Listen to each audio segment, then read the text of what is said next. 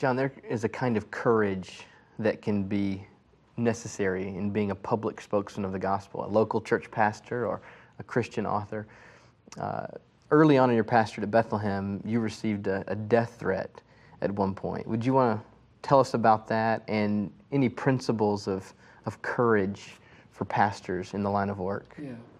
Before I tell that story, courage is needed every day because I think compromises in the ministry don't mainly come when we cave under a death threat. My guess is most pastors aren't going to cave under a death threat. They're going to cave under the criticism from some good elder.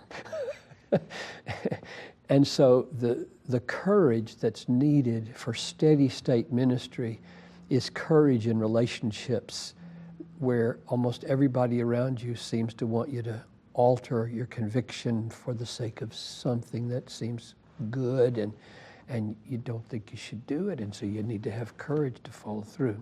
And so I don't want to give the impression that the only time courage is needed is when there's some kind of extraordinary danger to your family or to your body.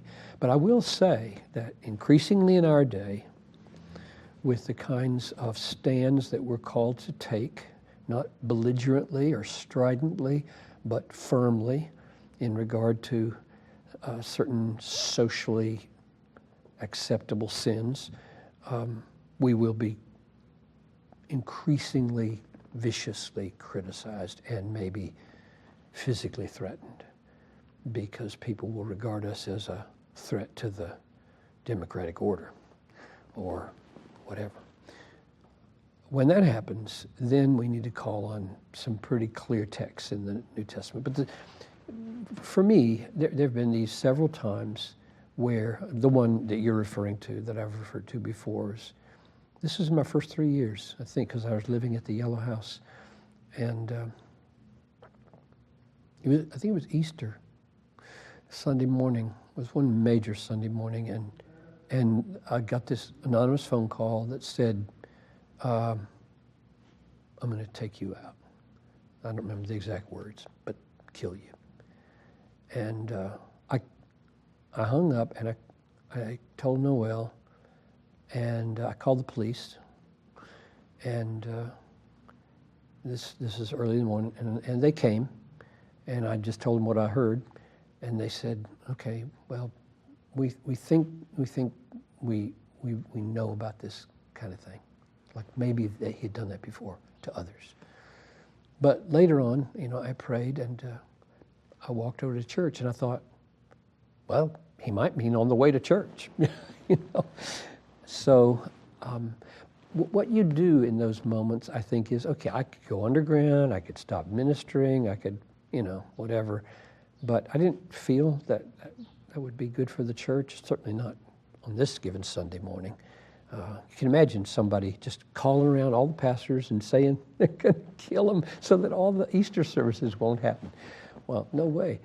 So you go to a text like Matthew 10, where Jesus says, don't fear those who kill the body and after that have nothing they can do. Fear him who can cast both soul and body into hell. Yes, I tell you, fear him. And then he goes further and he says, aren't 2 sparrows sold for a penny, and not one of them falls to the ground apart from your Father?